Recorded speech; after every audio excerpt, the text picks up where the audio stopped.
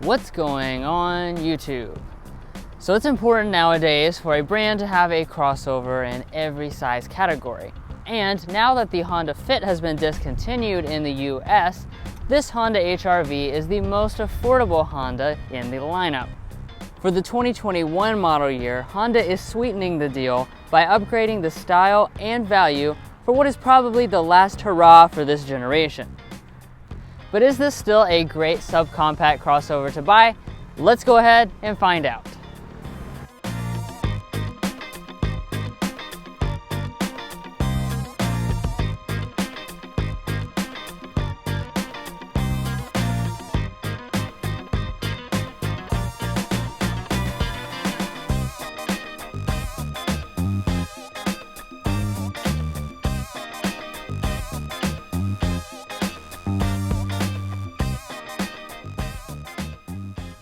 So to start out with, let's talk about one change to our trim structure for 2021, and that's the fact that the touring trim level has now been discontinued. So that was added in 2019, and for 2021 it is gone. So that makes the top trim now the EXL.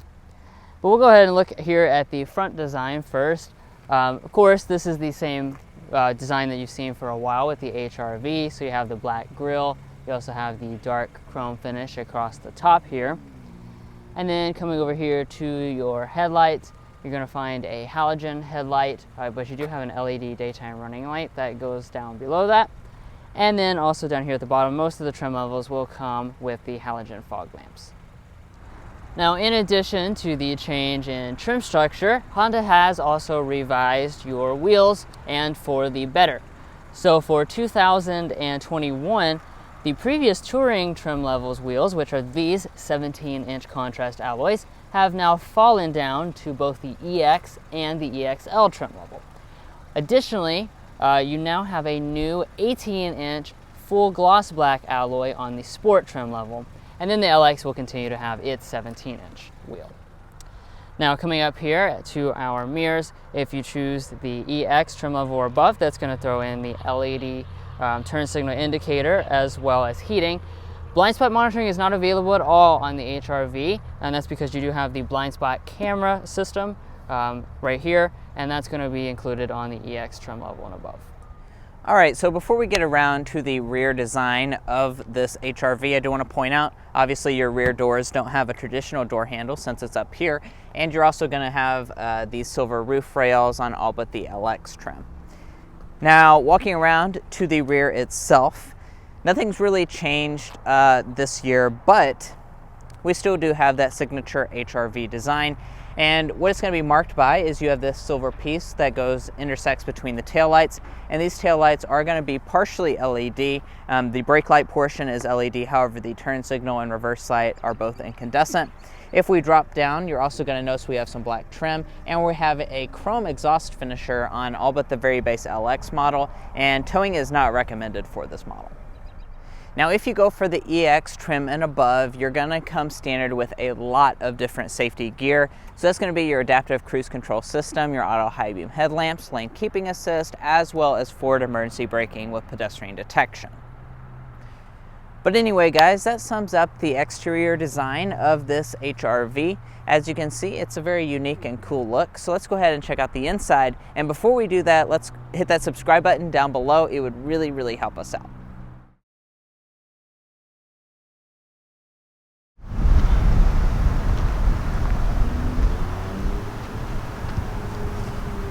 So on the HR-V, you will find Honda Smart Entry System on the EX and the EXL trim levels.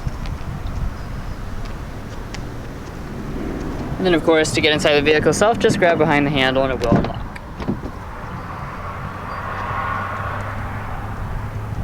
Alright, and taking a look inside of the cabin, of course, this is being the last model year of the HR-V, you're not going to notice any substantial interior changes, but it does remain a pretty upscale looking place. So let's talk about the different interior material and color options. On pretty much all the trims, you're going to have the choice between black and gray. And of course, you're going to have cloth seating until you get up to the EXL trim level. Now turning over here to your door trim, you will find that you actually have a leather padding across the armrest, even though the seats are cloth on this model, and we have the stitching detail. The rest of the door trim is pretty much finished in a cloth, which I actually like the look of this. And as far as your windows, it's going to be one touch auto up and down for the driver only. Heading down here to your seats, these are 6-way manual adjusting. This goes for every single trim level. And like I was mentioning, this does have a cloth seat. It's very comfortable and soft seat, and I like the interior texture here.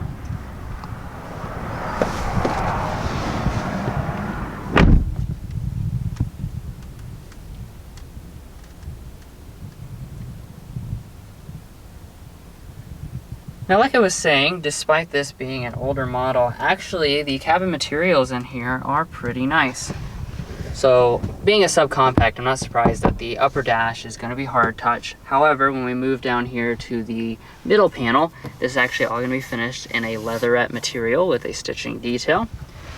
And as we move down to the center console, surprisingly, this is also going to be finished in the same leatherette with the stitching detail. And you do have some chrome accents throughout, with everything fitting together extremely well in that typical Honda fashion. Now on the EX and above, put your foot on the brake and press the chrome accented button to start.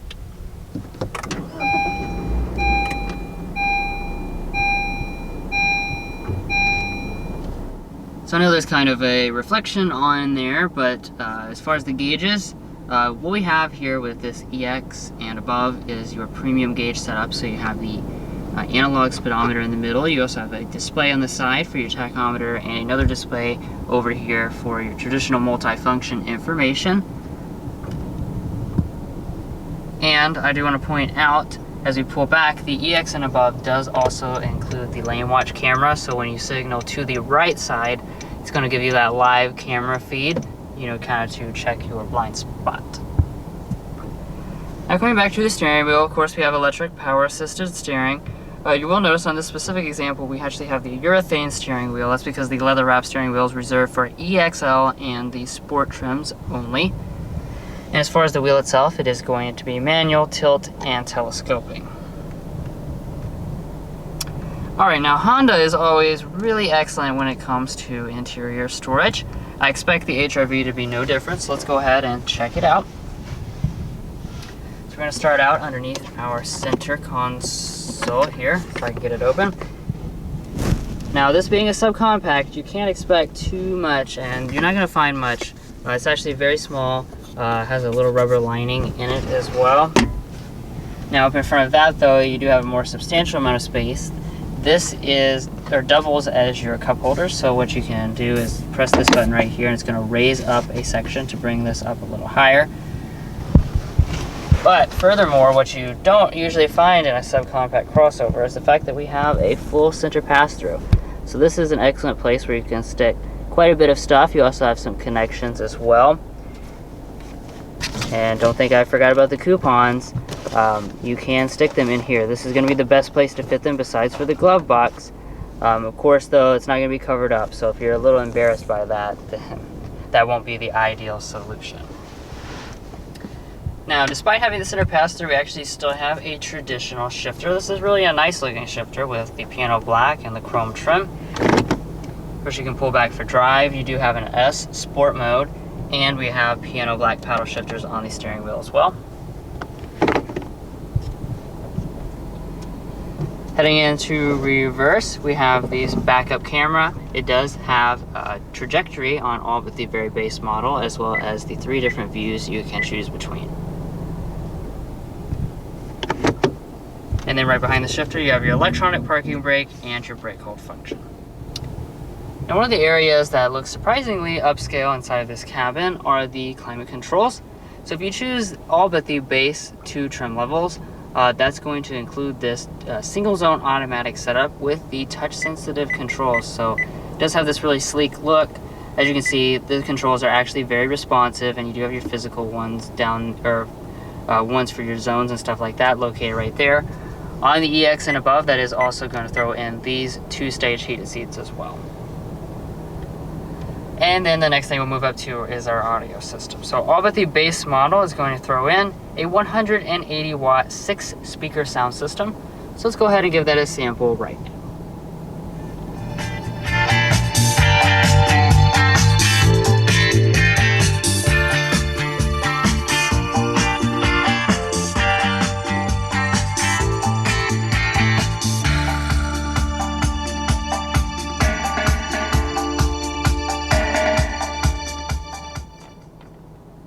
Yeah, so overall sound quality is pretty nice. Certainly right in line with what I expect at this price point. Okay, so now we'll go ahead and dig in next to our display here. Of course, this is not the newest version of the Honda Link system. This is a older style. What you're looking at is a 7-inch display, and this comes on all but the LX trim level. If you choose this larger display, that is also going to throw in your smartphone connection, which gives you access to Android Auto or Apple CarPlay abilities. Moving up, we have a manual dimming mirror. And then up at the very top, we actually have a moonroof included, which is a pretty nice touch on this EX trim level and above. Alrighty guys, so I'm in the HR-V's rear seat, and the first thing that you're going to notice when you sit back here is just how spacious it is. We're going to have 38 inches of rear legroom, 39 inches of rear headroom, which does place it quite a bit above the Toyota CHR and the Mazda CX-3. So this is really a very spacious offering for the segment. And as you can see, behind your seating position I have, I would say, 5 or 6 inches of rear legroom. My feet can easily slide up underneath the seat. So lots and lots of space. You can definitely fit 3 adults comfortably back here. Now I also want to point out that these seats do have that magic ability that the Honda Fit also throws in. So you're going to have a lot of different configurations to maximize your comfort as well as your space and usability of this rear area. And then as far as the features are concerned, not going to be a ton of them, but we do have a 12-volt power outlet right here in the center. We also have, I don't know if that's a cup holder or not. It's not exactly a circle, but maybe you could fit a cup in there. And then we're also going to be missing out on that center armrest. Now, as you would expect, you're not going to have a power tailgate, but just push the button and lift up. And once inside, you're going to find 24 cubic feet of space. That expands all the way up to 59 cubic feet. You probably don't even need me to tell you, that's a lot of space. That is significantly larger than its main competition like the Toyota CHR, Mazda CX-3, the Ford EcoSport. Quite large back here. So as far as how they finished it though, we lift up the carpeted floor here. We do have pretty nice carpeting, and then up underneath of this, we do have a spare tire. And then off to the side, we have some lighting, and we can also fold the seat 60-40 split. Now over here, your passenger seat, this is also going to be manually adjusting. Then if we open up the glove box, Honda always kills it when it comes to storage, and this is no different. So our coupons are literally swallowed up by this glove box. Even despite how small this vehicle is, this fits in our coupons better than a lot of other vehicles. So A++ for me. And up top, we do have a sun visor with some lighting as well as a mirror, and we can also detach and extend.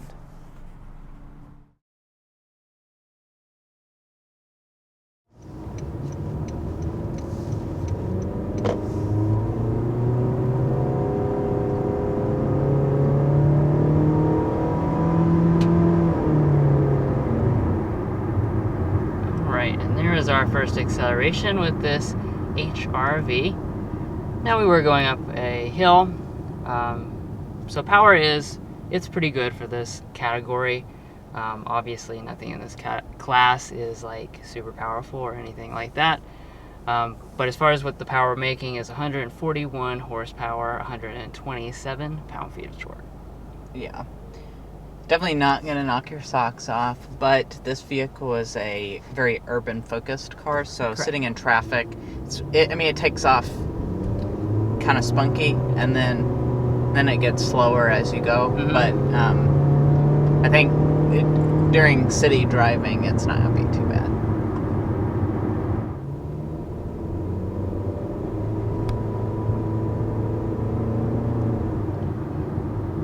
Yeah, like Mason was mentioning, it does actually really take off nicely. Nice surge of power. So when you're just driving modestly, it feels kind of spunky. Part of that has to do with the tuning of the continuously variable transmission that we have on board. It's nice and responsive to your commands. Also, when you're accelerating hard, it does have a shift simulation as well, which I like to see. And as I mentioned earlier, you do have paddle shifters on board if you want to kind of play with that shift simulation a little bit. Yeah. And while we're up to speed here, I do want to talk about the ride quality, since you're probably curious about that. This is Honda's cheapest crossover, so, you know, have they done a good job with it? And I'd say it's pretty good. We'll head over a bridge in just a second, but as from just a seat, it feels like they've tuned it to be very comfort oriented. This is not quite as nice as something like a Honda CR-V, but it certainly isn't bad by any means. Yeah, it handled it really well. It kind of feels like a bigger vehicle than it is. Yeah.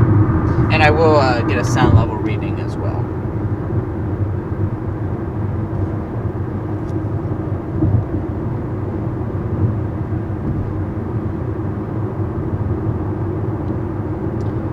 We're looking at 59.8. So that's pretty much what I would expect out of something in this segment. That's not super quiet, but it also is really not bad for this thing. I think we've tested quite a bit of the rivals higher than that figure. It's very windy today as well. Yeah. Alrighty, and let's go ahead and do the airball and slam dunk. I'll start us off with the slam dunk. Probably guessed this already, but the fact that this vehicle has so much space is really its strongest suit. And the back, you have a ton of legroom, you have a ton of cargo space. This really just knocks it out of the park when it comes to the practical aspects of owning an SUV that you're going to be looking for. And there's really just nothing to complain about, especially within this segment for the amount of space that you have. Right, no one has caught up with the HR-V yet. Now, as far as the airball is concerned, this is a little bit subjective, but I feel like in a category where a lot of the rivals now have become very stylish, this is still definitely a more bland looking vehicle. Yeah. Now, will this be rectified with the next generation? Probably. But as far as like if you're looking to buy one now, just know that it is going to be more bland than a lot of the competition. And let's go ahead and talk about the fuel economy. So if you go with the front wheel drive option, like what we have here, it's going to be rated at 28, 34, 30 combined. And if you go for all wheel drive, that drops down to 28 miles a gallon combined, or 29 depending on which trim level you go for. So that's pretty good fuel economy. Right, and we do have, you know, both front wheel drive and all wheel drive. That's not a given in this class of vehicle. A lot of the rivals still are just front wheel drive only, so having the extra option of all wheel drive is certainly a benefit depending on where your climate is. Alrighty, and as far as the pricing is concerned, we'll go ahead and read off the front drive prices. So the LX is going to be $21,020, Sport $22,970, EX $24,220, EXL $25,820. So at the beginning of the video, we asked, is this still a good subcompact crossover to buy? And I think the answer really is undoubtedly yes. And some of the most important elements to a family or anybody really shopping in this category are really covered here well, especially your space. So I definitely think this is still a great choice, and when it comes to the next generation, I think Honda really doesn't have to do a ton to make this better. The main thing I would really just like to see is a little bit more style injected into this, and maybe a little bit more power. If you can add those two things, you really still have a winning formula. Well guys, we appreciate you watching this in-depth review of the 2021 Honda HR-V. If you made it this far in the video, I know that means you probably found this video helpful, so be sure to help us out by hitting that subscribe button down below. It's completely free, and all it's going to do is give you notifications on our most recent content, so why wouldn't you want to be a part of this Car Confections family? Anyway, we'll catch you next time as we sample more of the latest automotive delicacies.